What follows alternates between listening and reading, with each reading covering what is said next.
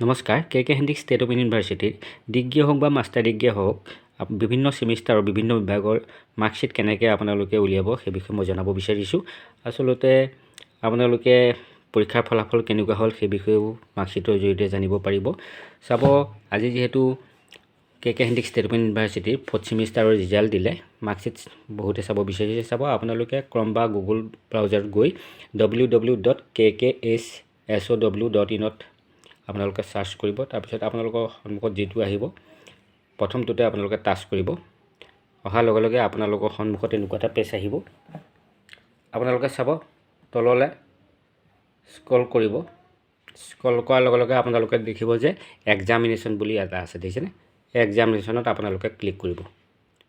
এই এক্সামিনেশ্যনত আপোনালোকে ক্লিক কৰক। ক্লিক কৰাৰ লগে লগে আপোনালোকে তললৈ যাব, স্ক্ৰল কৰিব, তললৈ স্ক্ৰল কৰক, দেখিছেনে? আৰু চাব ৰিজাল্ট ই মাৰ্কশ্বিট। এই মাৰ্কশ্বিটত আপোনালোকে ক্লিক কৰিব।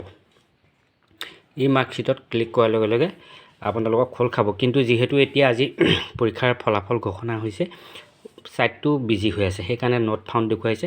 এইটো যেতিয়া খোল খাব আপোনালোকে যদি টাচ কৰি থাকে অৰ্থাৎ সাৰ্চ কৰি থাকে, চেষ্টা কৰি থাকে, তেনেহ'লে খোল খাব। আৰু খোল খোৱাৰ লগে লগে আপোনালোকে আপোনালোকৰ এনৰলমেণ্ট নাম্বাৰটো দিব লাগিব। এনৰলমেণ্ট নাম্বাৰটো দিয়াৰ পিছত আপোনালোকে তলত সিলেক্ট কৰিব লাগিব যে কোন সেমিষ্টাৰৰ মাষ্টাৰ ডিগ্ৰী 4th সেমিষ্টাৰ বুলি যদি মাৰি দিয়ে তেনেহ'লে আপোনালোকৰ কি হৈছে 4th সেমিষ্টাৰৰ কি হৈছে মাৰ্কশ্বিটটো আহিব মাষ্টাৰ ডিগ্ৰী। আৰু যদি যিকোনো বিভাগৰ উলিয়াবলৈ হ'লে আপোনালোকে সেই অনুযায়ী মাৰিলে হ'ল, কিন্তু এনৰলমেণ্ট নাম্বাৰটো প্ৰথমতে মাৰিব লাগিব। তাৰপিছত আপোনালোকে যি সেমিষ্টাৰৰ আচলতে মাৰ্কশ্বিট চাব বিচাৰিছে সেই সেমিষ্টাৰৰ টাচ কৰিলেই আপোনালোকৰ সন্মুখত মাৰ্কশ্বিট ডাউনলোড হ'ব।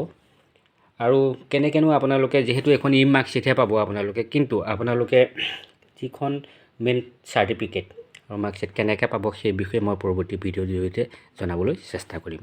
আজিলৈ আহোঁ, ধন্যবাদ।